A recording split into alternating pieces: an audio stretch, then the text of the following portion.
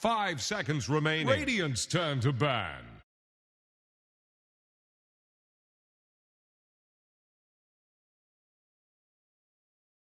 Dire's ban now.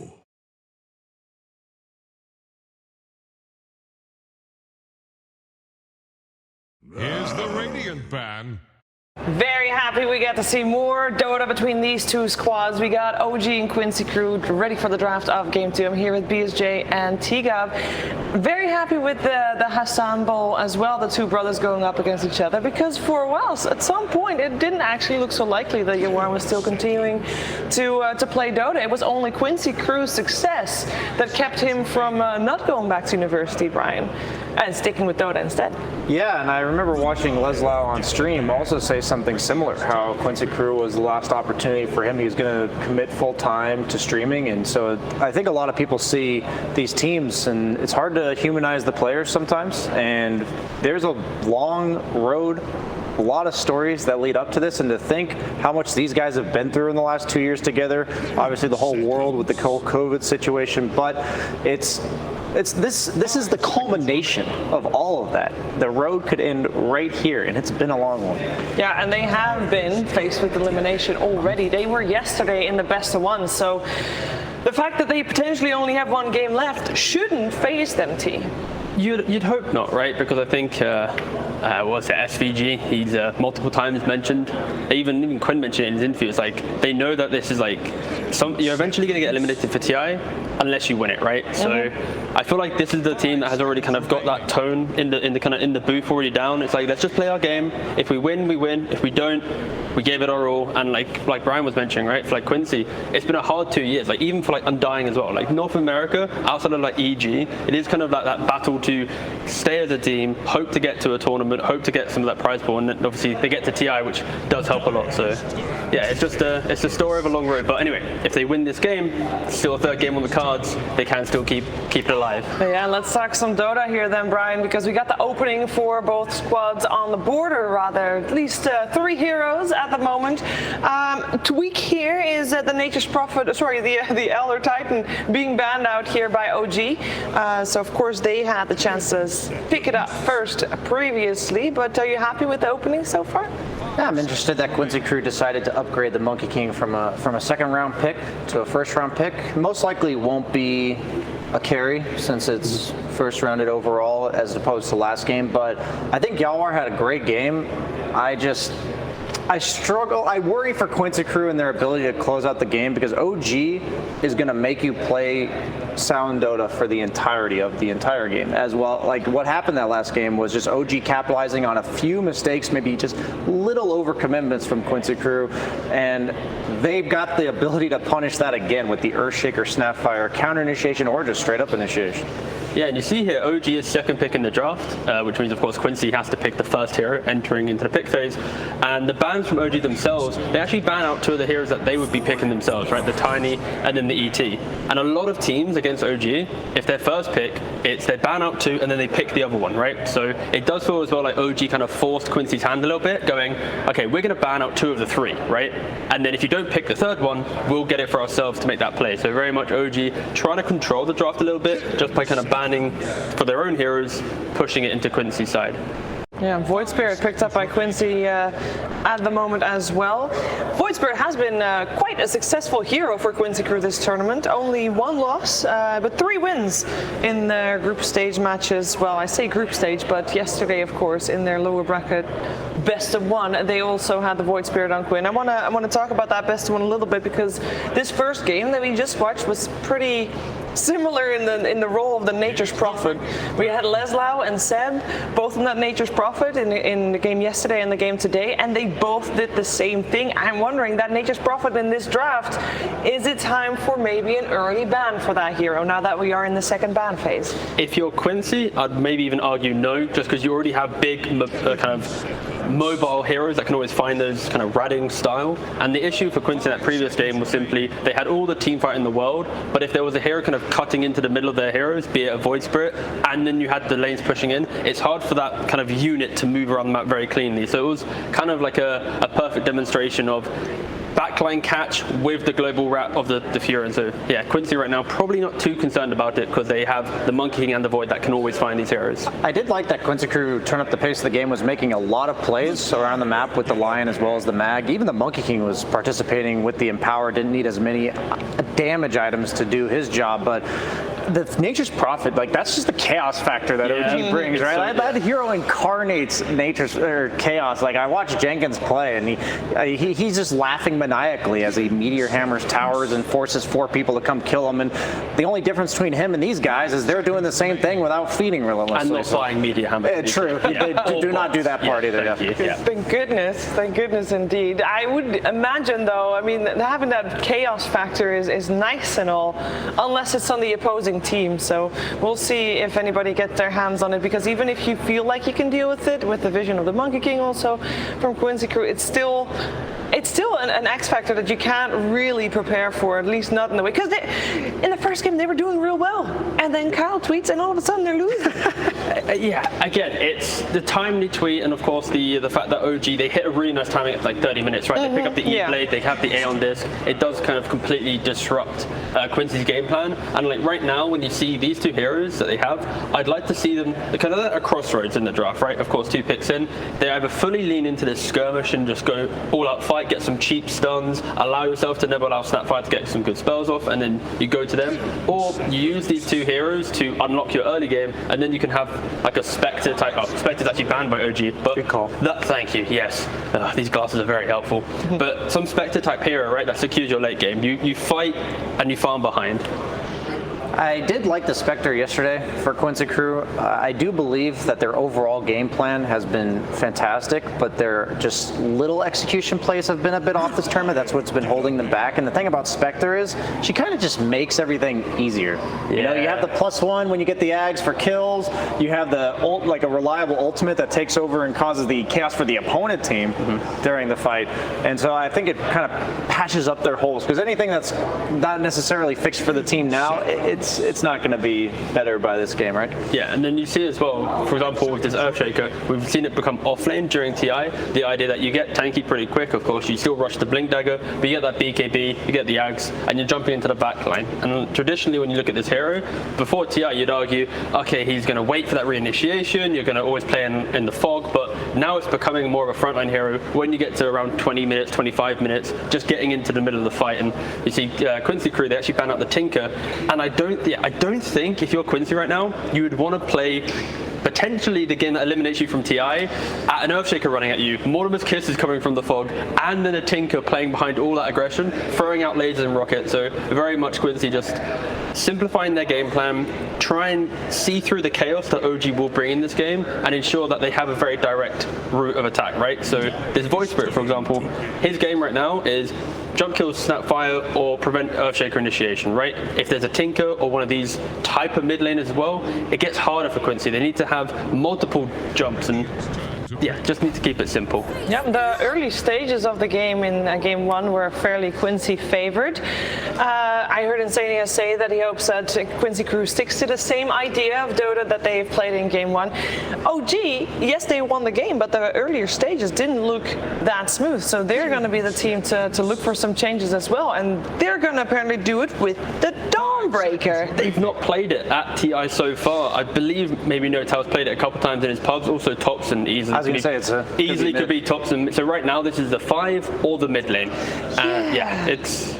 I want to say the win rate for this hero, I know the win rate of this hero before today started was 25%. Not great, but OG looking to go up against the odds here for that one. Medusa coming out for Quincy Crew, so they got a late game insurance policy in the books. Yeah, it's a nice answer to the Dawn in the idea that Dawnbreaker is one of the best heroes where when you're jumping other heroes, you'll then use your ultimate to come back in, provide that additional heal. If you get the Aghanims, you'll have some evasion, more heal, etc. Like, it feels really good.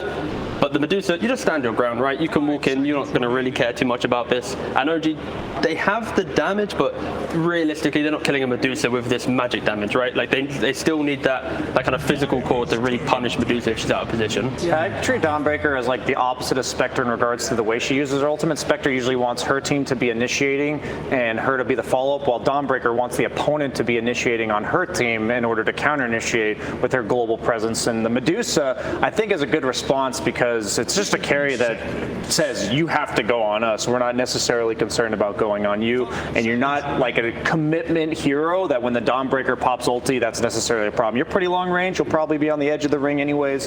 And Wyvern, we've been talking about the high win rate of this hero throughout the course of the tournament. It's been really good. You know, prolong the game long enough, but now, okay. Bane pick up. Dawn most likely mid, right? Yeah. Bane's going to be your 5, Snap's your 4, Shaker is going to be your offlane. But then again, you know, it is OG. There could still be some quirkiness here. Maybe a Sumail carrying Dawnbreaker. Bane mid. Yeah, Bane mid. Rushes the media hammer first. Media hammer. Oh, okay. We're getting a bit carried away. That's not yeah. But if it does, we're very smart. We did talk about the Chaos Factor, and one thing that for Nature's Prophet is the Chaos Factor is that he can be everywhere all the time. The same thing goes for Dawnbreaker, a little bit longer cooldown, but still a very global potential coming out from OG with just that one hero. Yeah, I feel like Quincy are looking at OG's style of play, and they're picking these heroes that allow them to hold their own. You know, like Quinn on his voice break, he's going to be able to find these heroes by themselves. If he sees a Snap or a Bane, he's going to kill them throughout the entire game. But the idea that Medusa will play in the tri-camp area, the bottom side of the map, or top side because you're Radiant, farm the Ancients, and Wyvern can protect as well. Like they're not really playing into cooldowns. They will always be able to counterplay, right? I just remembered. What did you remember? We saw the rapid fire questions that Dakota did with OG earlier, and one of the questions was, what's the last hero you played? And Seb said, oh, I played a pub. I played Snapfire. True.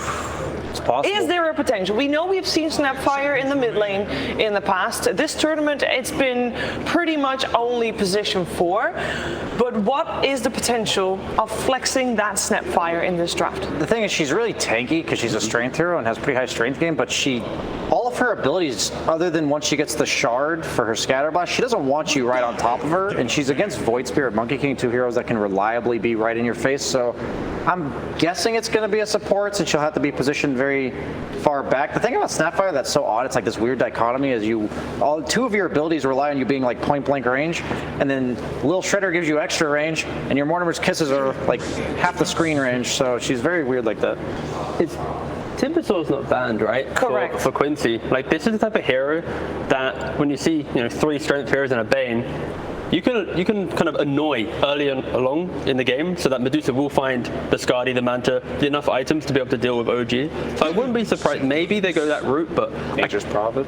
Sure, bring out Bane. Yeah, no, exactly, right? Like the reason why Furin is kind of getting better again at TI is because of these 5 positions, the Disruptors, the Banes, even Wyvern. Like they're not that great at pulling them out of lane. But okay, they go for the Mars. They go team fight route. Yeah, 100%. Get some team fight and instant pick. No hesitation for the TA. That's going to be a Sumail TA, I would imagine. Now, we will have the Tops and Dawnbreaker, by the way, so that will be an exciting one. Before this series started, at the first draft of the first game, I asked which players were going to be set up for success, and it's only fitting that both of these players get the last pick for their team, Sumail and Laszlo. Which player has been set up for more success, though, for this the game 2? Sumail TA. I'd argue Sumail. After that first game on the Luna, where he's not really, being shouted about in the cast, it's like, oh, Thompson, Sumail, not there. So now he's on a TA, he's going to get a bit more screen time maybe, and yeah, everyone's going to be pushing him into the fight for sure. Well, I'm looking forward to seeing this game too. I am definitely hoping for a 3rd game, but of course OG will try to put a stop to that and make this one a clean one. Let's find out what their coach has to say, Misha, at the end of this draft. It's Lex.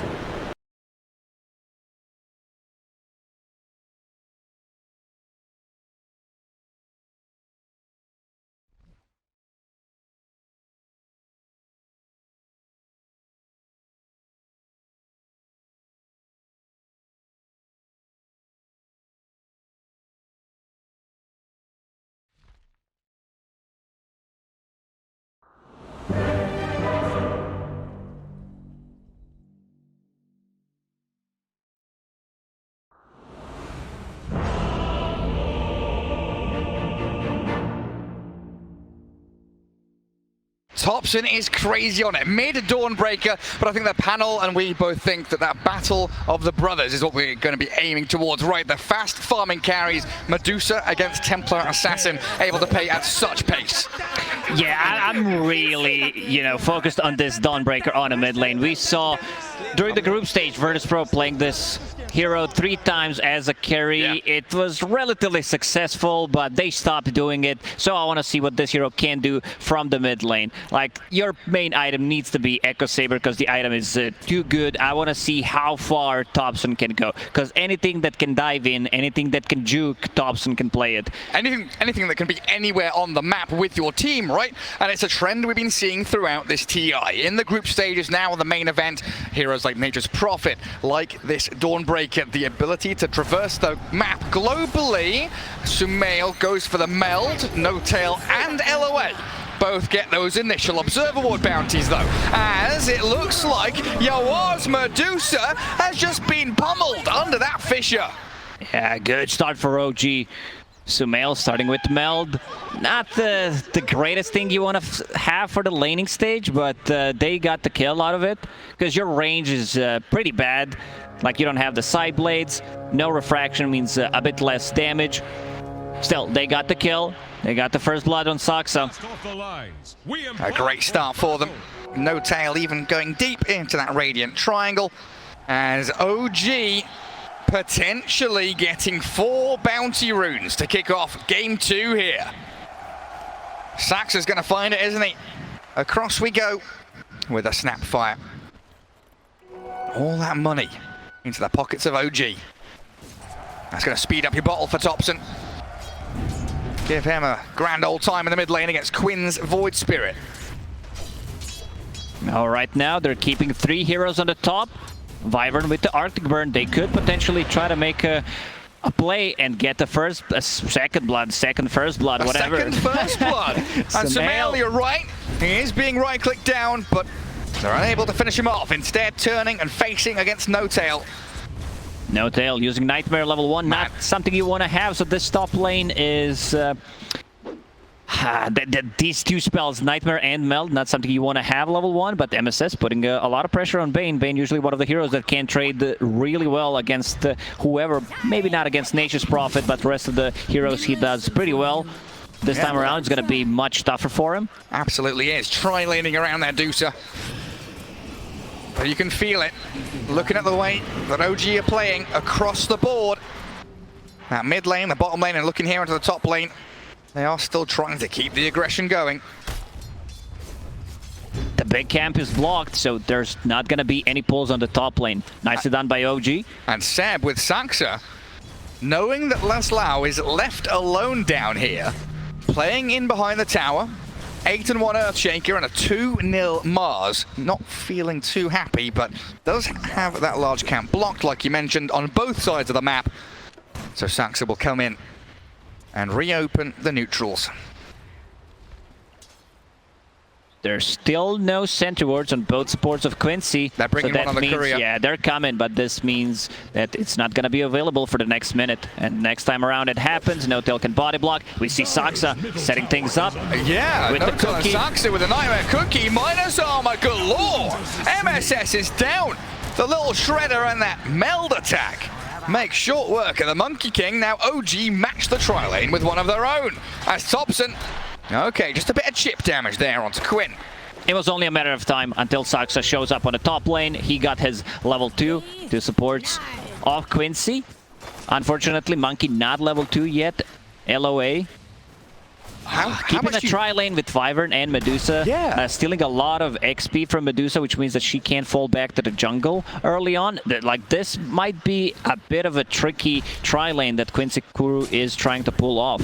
Yeah, I was going to ask what your thoughts were, because looking at the CS, Medusa, okay, 12 and 6, they are shutting down the TA a significant amount, but it doesn't feel like it's enough with this kind of aggressive tri-lane. And then I noticed Thompson is 27 and 1. He's having a bonkers time in that mid lane, and Quinn being forced to try and dodge the Starbreaker.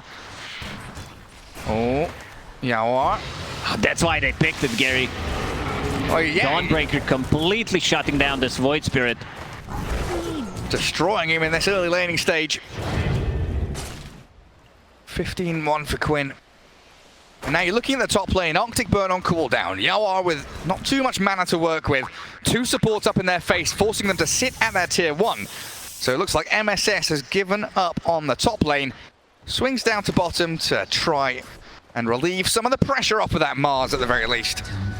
Yawar can farm. He can get close. No-Tail could set things up with another Nightmare. Yawar, he's pinged out. No-Tail's not going for it, and a good dissimilate allows Quinn to disengage from OG. How's that bottom lane going now? Because we've seen this Mars have a really bad early game because he was alone completely, but he's caught up, hasn't he? Yeah, both of these heroes are gonna farm this time around. Something that Seb has really been good at is playing versus one-on-one, and also his itemization. I think this is his strongest part, like understanding what needs to be done in a certain situation, getting a boost of speed, getting a belt of strength, going for that earlier power treads. Also has a Ring of Health queued up, something that has been like really popular. Seb might not have expected MSS to still be lurking around down here, and he definitely wasn't expecting Yawar to arrive, but Seb with the stuns holds them back for a sec. Oh, he's dipping into the trees, but he can't juke away. Laslau and MSS clear through the Earthshaker, and that allows them to swap their lanes again. They were getting nothing done on the top lane, so no surprise Medusa decided to go to the bottom. Now Mars level 5.5. They're gonna need to play around Mars, who's very high level, doesn't have much mana to work with, needs to bring the courier. And that mid lane, tons of stuns. Sumail moves forward onto Laslau. No-Tail front lining for his TA, making sure that the Arctic Burn is primarily doing damage to him and not onto Sumail. Monkey King. Cool. 2 jumps. He got the cookie stun. Monkey can jump higher.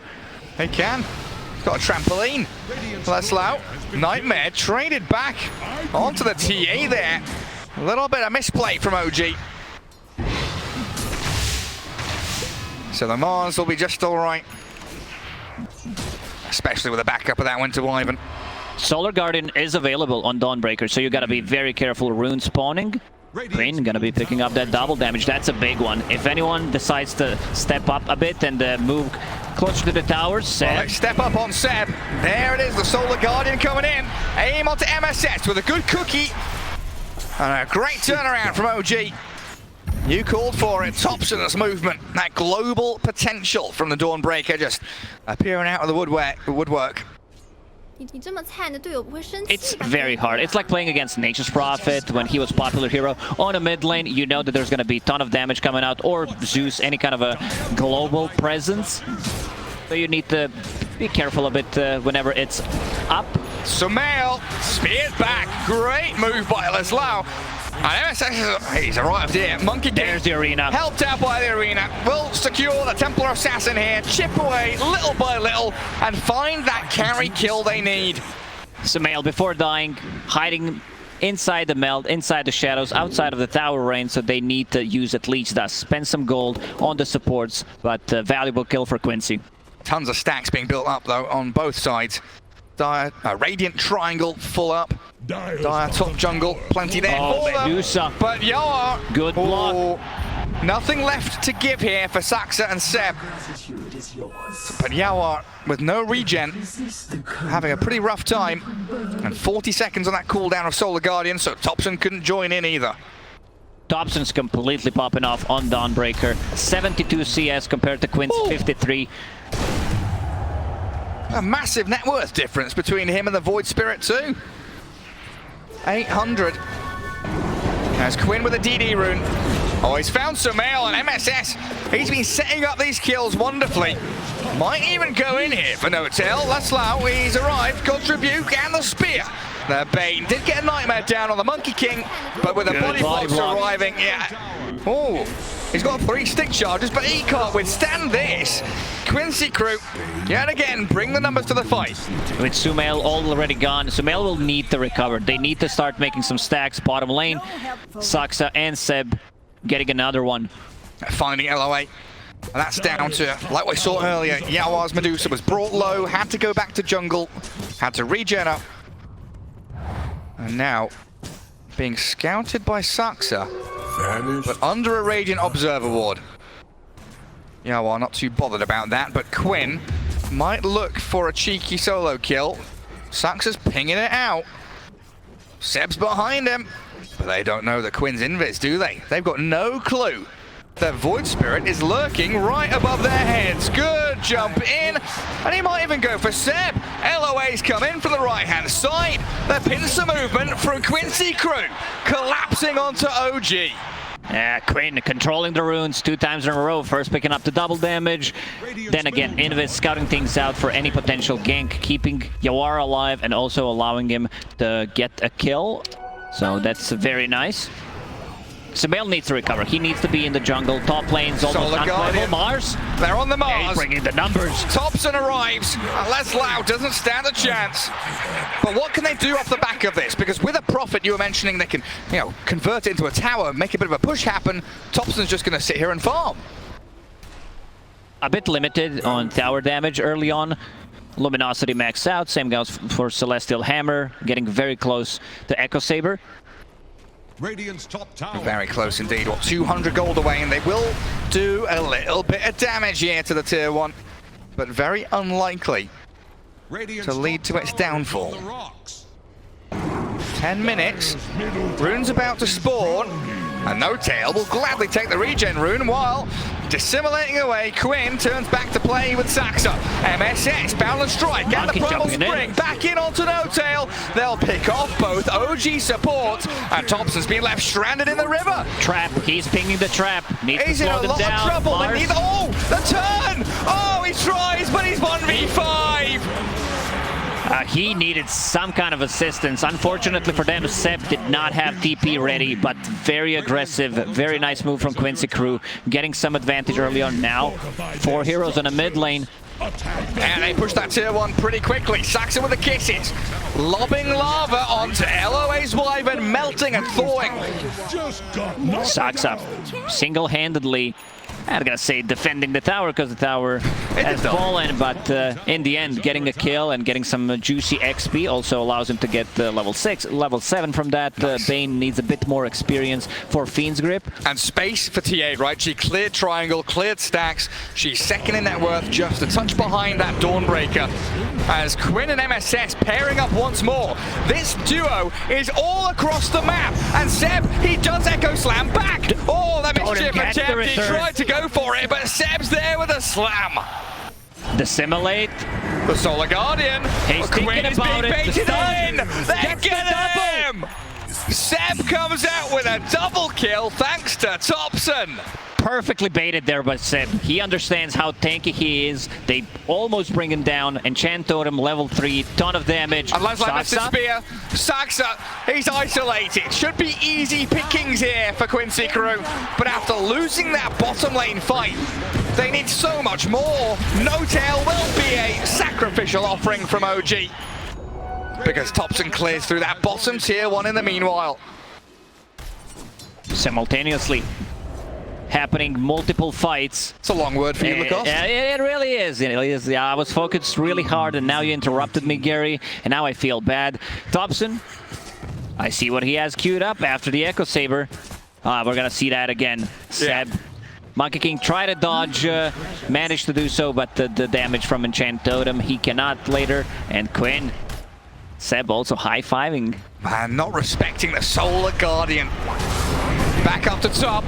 Seb's in and once more. The Fisher connecting on 2 of them as it looks like they will pick off the Earthshaker at long last. OG, what do you want to do? Celestial Hammer in on the Doocer. That's a lot of damage, but Thompson doesn't get the killing blow. Great Winter's Curse holding back OG. Quinn wants in onto the support, and No Tail will be his prey. They've stunned Thompson for a sec. He wants LOA. Cold Embrace will but delay the inevitable. Sumail with the side blades, getting the kill. Now they can start thinking about pressuring this tower. It's half HP. And these combos have been so good from OG. The cookies into the Fishers and Chance and a Starbreaker out of Thompson. They pressure the tower. But Quincy Crew are all respawning reasonably soon. But it doesn't look like they want to be up in this top part of the map. Yawar has been very active on his Medusa, involved in 10 out of 13 kills. Is that a good thing? Pretty... Huh? Is that a good thing? I think so. I mean, he could have been in a triangle, but triangle has been invaded by OG members, so he needs to find another spot right now, focusing a bit more on the farm. Oh. Ooh. OG, ooh. Ooh. He's up there, but Seb, who's he found? It's Leslau. Again, the cold embrace will just slow things down for OG by a couple of seconds. They get the kill regardless. He didn't even use the Echo Slam. Fiend's Grip was committed. Medusa, Yawar had a very good read what's going to happen, so he bailed. Top lane. Finally. Dropping. Sumail gets the last hit. Seb, oh man, he was close there to getting two of them. Oh, he's blocked Quinn in, forcing the additional Astral Step. Quincy Crew, it really does feel like they're on the back foot now. OG are laying it on thick, putting on the pressure everywhere they go. But it has been a good couple of minutes for Yawar. Bottom lane, farming away. All that bottom jungle cleared. Oh, but Quincy is scouted here. Dire Vision sees LOA, launching the llama back onto the Wyvern again. But a good curse, you're right, Lacoste. While Seb, he's in a 1v3. He fishes them back. And an LOA for Seb trade, but oh, where did he go? He just disappeared, dude. Yawar's gone. They're in the arena now, and Sumail with a DD rune is clearing them up. Quinn, he's on a TA, jumps over Thompson. They've got a good Wukong's command going as well. Sumail with refraction back in 3 seconds. That spear's good, but Quincy can't capitalize. They had no follow-up. That was a great Winter's Curse to set things up. Bane needs to stay outside because the Nightmare level 4 outranges the curse, so then you can save people with it, but he got caught inside of it. That Medusa just dissipated. It's too much damage. After a horrible laning stage, Sumail managed to recover Dragonlance and Death already, so they're not gonna be playing around the top part of the map. They will be lurking. If they get a pick off or two, there's still this Roche potential. Yeah, the gap between the cores noticeable with a 3k lead for OG. TA and Dawnbreaker right up at the top. Good spear back. Leslau fans no tail, but Solar again Guardian. they're on the prime target. The big one is Yawar's Medusa. Celestial Hammer and that Starbreaker makes short work at her, while Quinn does find a pick. But Quincy Crew are going to lose so much more. The neutral creep will claim the life of Wyvern. But the thing that matters most is OG moving forward, striking onto Quincy Crew. They don't rely on any cooldowns. Yeah, having Solar Guardian is nice, having Fiend's Grip is okay, even Echo Slam, but even without that, OG's heroes will take the fight. And now a freebie Roshan for them, for a TA in particular. Yeah, you give it to TA for sure. Sumail, that's not a mid TA, so you want to give it to him this time around. Dawnbreaker, full Heaven's Halberd finished. Oh. It's a 5-second duration disable on Medusa. That's very true. MSS with Quinn. They are in onto Sumail, but that refraction allows her to withstand the early punishment. Sleep. And Sebi moves forward. Keeping him alive. Save. The kisses come out. There's a Winter's Curse. Holding OG back, but Sumail is still fighting. Oh, Quinn and Leslau will take him down, but they trade that Aegis for LOA's life. Is it worth it? Can they get out?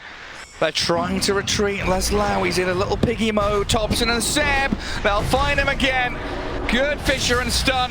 A gold tribute back, but the Nightmare will hold him in place. They needed to get something extra out of that. Quincy Crew killing Aegis almost instantly from TA, and now tier 1 tower, so the map is gonna shrink for Quincy Crew. 6k gold lead, 17 minutes in.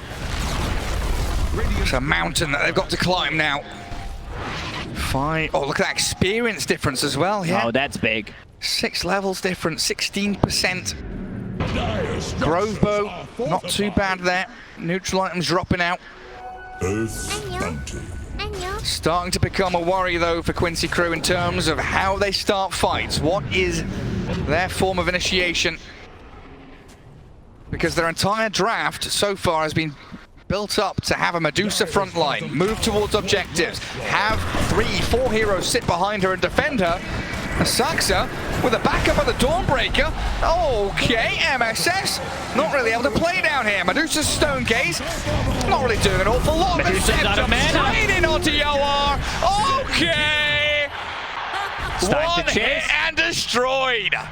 I don't think they can get more out of this. Blink Dagger in 5 seconds. Quinn. Oh, he has no Astral Steps. Seb thinking about it. Seb wants it so badly. Cool. If Quinn showed on that wave, he might have been dead. He might be dead still. The fixture is the grip. They're going to find Quinn's Void Spirit. The Arena Spear slows out No Tail. Quinn can step on top of the Bane. Face off against Seb, but Sumail's arrival, well, really looked like disaster for Quincy Crew. The cold embrace and that bulwark from Leslau. It is tanking through the damage of Sumail. Thompson's too tanky. They don't have anything to deal with this. Victor's Curse available. Sumail's gonna keep hitting him. But you're right, the TA's on the Earthshaker. Thompson has claimed the life of LOA. But that's now Wukong's down, Winter's Curse down, Arena down, and your Medusa is still not really finding the space to farm. Medusa's just not ready to take the fight. She joined one, used the Stone Gaze, but I feel like he's been very active early on, but needs to find some space. Needs to farm like 2-3 minutes to be able to farm up that Scotty. Time. Buy time, Gary. Buy time. Shopkeeper, please, I beg of you, just give us another 10 minutes. But OG, looking at that clock, not allowing Quincy Crew to run it down. Quinn with Kaya Sanj heading into Aghanim Scepter, of course. Not looking too shabby. And he has found some nice openings on the backlines, like we saw from Thompson in Game 1, getting onto the supports, removing some of that didn't talk teamfight too control. much about Quinn, but he had a really good game, caught only once. They have a limited amount of stuns, I would say. He can easily dodge those, except the one from the Earthshaker. Having Kaya-san is going to help out quite a lot against the Earthshaker. Combination of the stuns, the chain stuns, and now going into Ag. Still far away from it, but once he gets that, it's going to be very easy to control the Bane in the backlines. So much global potential here from OG. Dawnbreaker, Templar Assassin, Earthshaker with Blink initiations. As Leslau cuts back behind that wave. Glyphing the tower as well. Catapult will die, so OG don't have a great opportunity. Or maybe they do. Or maybe they can just kill the tower without creeps. Who cares creeps when we have so much minus armor? The tower crumbles. This is a tier 2, 20 minutes in. They can take the outpost. They also have another wave of global presence. Templar Assassin finishing off Aghanim Scepter on top of Solar Guardian. Astral projection, jumping from realm to realm, like Monkey does from tree to tree. I did not want to say astral projection. You would call me out once again, Gary. A lot of fancy and long words. If you read a tooltip, it's fine. There it is. Solar Guardian onto Dusa. Thompson whacking away, burning through Yawar's mana. Now Sumail's in with the minus armor, and Yawar's but a hit away from death. They can't finish it off. Kisses are too far away as No Tail. He finishes him off. Saxa snipes him. How's he found that? That was beautiful like shot. Range. Thompson, once he goes in, there is no counterplay. He's not afraid. Having the status resistance, having the evasion. Okay, Saxa. Very fast on the fingers, blinks away from danger. MSS on the low ground, tries the balance strike, but he hits the ground with a thud. No Tail, the only casualty there for OG. While Quincy Crew, that Medusa dying just feels so bad for them. Every death, every second without the Medusa on the map farming puts you further and further behind. And smaller traps to be able to TP to them. Observer wards, deep observer wards placed. Quincy Crew, they cannot play the bottom part of the map. Yeah, OG are everywhere and nowhere. Hiding in the shadows, lurking and looking for their moment. And this requires drastic action from Quincy. Smoked, trying to find something. All they're gonna find is No Tail. He's gonna be pretty happy about it. A kill on No Tail. Still a kill if it happens. Good nightmare swap by LOA to make sure Quinn can finish the job. There is nothing. That was close. If he got another brain sap off, it would just prolong it, but bottom lane, MSS Top tower is about to take the scouting crown. things out. Make See sure. Thompson drawing on a minimap where they want to go. Double damage, bottle up once again. 1 CS away from that level 20 talent. And is that -1 assault? luminosity attacks required. That's Assault what heroes. Clint's going to go for. Yeah, and full AC items just keep multiplying. They're coming out of nowhere. Bottom lane, Saxa silenced up. So Monkey King finally getting his job done, while Sumail hiding on a trap. Not going to get scouted by MSS, and a good Winter's Curse. It's there onto 7 Thompson. Yawar with a Stone Gaze and the Wukong's command to back them up. This is the fight Quincy needs. Spear on Thompson, but a Nightmare save. They sleep him up. The double circles, the Venn diagram of death. Quincy Crew fighting to the bitter end, but Thompson is so strong. Manages to blink out. Another spear, another dissimulate. No-Tail nearly dead, but Thompson and Sumail continue fighting. He's still not done. Medusa's pretty much out of mana right now, and MSS is nearly found by Sumail. A God's Rebuke back. Thompson, he wants a kill. Give it to me. Oh man, this double damage, it was a perfectly set curse to try to reset a bit, but the damage output from Sumail and Thompson is a bit too much. 6,000 damage coming out of Thompson. Bottom barracks are under This attack. AC reducing the armor, while Sumail from the background He denied it. Meld and Deso. Big W. That deny. You know, you need any kind of psychological Here's Saxa help with you the can stun, the get. combo. They chain disable LOA. He's godlike. -1 set of barracks. They're still tier 2 tower on a mid lane. And you don't even have Seb here with you. He's up top. Yeah, they felt so confident. Seb was showing on the top lane. He knows that they cannot chase. Medusa, Wandering around. like, she just does not have a damage item. But Quinn. Quinn getting the jump. He gets fissured back. Seb, does he have backup coming? No, it's Laszlo that's going to try and help out Quinn, who nearly dies solo to Earthshaker, but even with a Dawnbreaker coming, Quinn, dodging the hammer off to the left-hand side and in the trees, but they know exactly where he is. Good Astral Slap from Quinn. It just came off cooldown. If that Soul Guardian, he Astral found him. Step countered by Astral Projection. Kisses coming. Saxa from downtown, providing vision for his team. Max range once again, Mortimer's Kisses. And Sumail putting this net worth to use. 17,000 up. Looking for tier 2s again. Cruising through this top lane. And OG moving towards a game 2 victory. Getting the sleep on a mid lane, pinging it out. The cavalry's arrived. The Fiend's Grip required from No-Tail. Yawar will try his hardest, but can't save Laszlo. They get Saxa though. No-Tail, Scotty slowed. Good kills from Quincy. Even though it's just the supports, Yawar gets 1 kill. He needs cheap damage. He needs something, anything at this point, because right now it's not enough. Getting the Crystallis might do the trick. I see BKB queued up next. Bounty. I feel like they need damage. BKB in this situation, yes, you're playing against Bane, you're playing against the Earthshaker, Dawnbreaker. I guess he also wants to be able to deal damage. Heaven's Halberd causing a lot of issues, but I don't think that's the item that he can afford to go for. Second Roshan, that means Aegis and Shard. Let's see who decides to pick it up, whether it's going to be Sumail or Thompson. Looks like They're going to give it to Sumail. The silence on the traps. Yeah, because even when you use Psionic Projection, the traps activates silences. So good against the Void TP Spirit. on the outpost. Against the Wyvern. No tail, no observer ward, so can't see Monkey, just a casual sentry. And Monkey saw the sentry placed. Now the observer's cleared up. Sumail making his way forward. OG not really fully together just yet. Still with Thompson and Seb up in that top third of the map. They'll collapse and connecting onto mid. Spear back in. That's the Aegis TA though, and they've not even killed her once. Thompson, he pops the illusion rune, and he's safe and sound. Quincy Crew didn't expend too much for that though, just showing that one spear play could be enough. TP back to base by Templar Assassin. We'll come back to one of the traps. Full HP, full mana.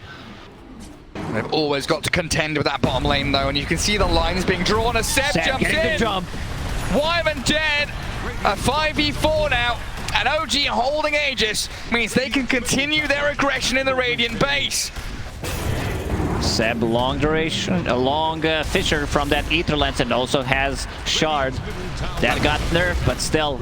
They've caught Yawar. Still a decent one. Laszlo is in with his BKB, throws the arena down, but this is disjointed from Quincy.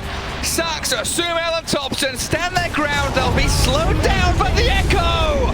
Seb gets the two of them. Thompson, he wants Yawar so bad. And they'll find him with that Fisher. Thompson no still going, even inside the Wukongs, doesn't care too much about it. Celestial Hammer gets the kill. Beyond godlike Thompson, nightmaring up the Void Spirit now. Chain stunts galore. Finally a Winter's Curse onto this Dawnbreaker, and they'll clear her up. Quinn is back in. That's a TA with Aegis. They need to get more. They need Sumail's Aegis. They need to kill her twice. Quincy Crew losing their mid lane of Barracks. Remnant. Saxa, can he help Sumail? The buyback and the Solar Guardian comes in. MSS in a lot of trouble. Laszlo trying to defend his Monkey King, and Quinn blowing up the Snapfire. The power of the global presence, they got what they came for. They got the second set of barracks, even though it cost them quite a lot. Two buybacks, Triple buyback. One from Saxa, one from Thompson, and Quinn, he got a lot of kills. They need to be very careful about the Winter's Curse, because this is how one of the cores is gonna die. Take the plunge. That's a big swing. Still haven't seen the sleep, because most of the time Bane is trying to set things up. Also, one ability that's causing a lot of problems for OG is the Cold Embrace. They don't have that strong spell damage. They don't have any damage that they can throw. Mortimer's Kisses is nice. Celestial Hammer is also decent, but it's not enough at this stage of the game to kill anyone. Do or die for Quincy Crew. It's 31-31, but the kill score is but one small part of the story. OG ahead by 17k and 2 racks up. They're smoked, and Quinn will be spotted. Sees Thompson, makes eye contact, and decides to run away. Void Spirits throughout the tournament decided that Shard is a very good pickup. Adds another ring to the Simulate, an extra 200 damage. Super good. They hold back Sumail. OG needs someone to shove in that top lane so they can continue pressing forward. Hold Quincy Crew in their base, limit their farm, and make sure that Medusa's kept shut down. Right now, Quincy under lock and key. Thompson's gonna hit another big timing. Satanic, also picking up a Shard, plus level 25. Dawnbreaker gains magic immunity during Starbreaker, and at 25, 2 charges, so 2 free BKBs. It'd be faster to say what she doesn't have. Thompson's got everything. Pretty much. A better calm from OG now, though, knowing that the nerves, the pressure that Quincy Crew must be facing right now are substantial. Waiting in the base, hoping for an OG mistake. But another DD for Thompson. Damage rune for I Thompson. stopped counting after the 5th one. What a monster. And this is oppressive gameplay from OG. Oppressive gamers. Can't Is farm that bot. what OG stands for? Absolutely is. Can't farm mid, can't farm top. Medusa sat in fountain, twiddling her thumbs and wondering, what am I meant to do? I've got a BKB, I've got a Scardy and a Manta, but buyback-wise, not looking too hot. No, no, no, and no. Oh, no, that's a yes. Sorry. Okay, 1 yes is fine. There's a Winter Wyvern. 20k gold lead for OG. Smoke from Quincy. Let's see what they can do with it. Drawing on a minimap, so they know where they're gonna go. But look at OG. OG already on the high ground. Blinking away from the bounty runes. And again, it's one of the moves that Quincy Crew has to make the most of. And is do everything here, but Saxa dancing away, nightmare up. Good The spear sleep misses, but still dead. Can Quinn hunt for more? It looks like MSS is going to leap backwards. Look for the vision that OG have placed. OG does not need to rush anything. They can wait. 40 seconds without socks up. Bottom lane is pushing in. Mid lane's gonna push in. And also Roche. This is the third one. Might respawn in a minute and a half. Medusa still at this point doesn't deal that much damage that you need to be afraid of. She needs another big item. Is Daedalus going to be enough? Is Rapier an option in this kind of game? I think you just go for Crystalis at this point. You're too far away from it. Solar Guardian.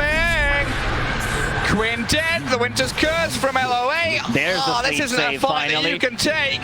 LOA and MSS, they'll catch the Winter Wyvern as OG pummel Quinn into the ground with that beautiful play from Seb. Good little bit of lane cutting though from MSS. Spring and Strike. And the double damage rune did get expended by Thompson. He'll find a haste rune to refill his bottle now as TA picks up the 8 refraction instances talent. That's a big one. They don't have the overtime damage, so this is going to be very easy for Sumail to jump out with the Hurricane Pike. There is also a Nightmare save, Aftershock. And the Aftershock. Tops and Saxa weren't quite close enough to cookie up the high ground though. They'll still get onto that high ground. The minus armor here. 20 seconds without a Quinn might be too much. This is a very hard decision. Do I buy back or not? They might get mega creeps from this. 13. Yeah, 10 seconds to go. And Leslau makes the move. You're right, he buys back. But Thompson, he's magic immune and so Sumail. Down goes Leslau, forced to buy back along with Quinn, but OG hold the line. 2 buybacks, they can reset. Thompson just needs to get himself back to full HP. With 1 Starbreaker charge, that's gonna be it. They have Trap inside the Roche, which will respawn in 2.5 minutes. That's a long one. They see everything. It's gonna be a Fisher from downtown. Fisher, level 20 talent, plus Octarine core on top of the Shard. He can just stand further behind and play from the fog. And they've got so much follow through. Whoever gets caught by that is dead to rights. Melee barracks dropping lower and lower. But Quinn is there to clear through the wave and the catapults. And OG in no rush. 36 minutes in, they are very, very calm. Just knowing that Quincy Crew are the ones on the back foot. Quincy Crew, they don't know when the Roche spawns. We know, we see everything. They need some kind of momentum swing here. They need a fight around Roshan Pit. They need get out of their base. Creeps but are gonna kill the melee barracks. Take down your, yeah, that's huge. And LOA, sneaky observer ward.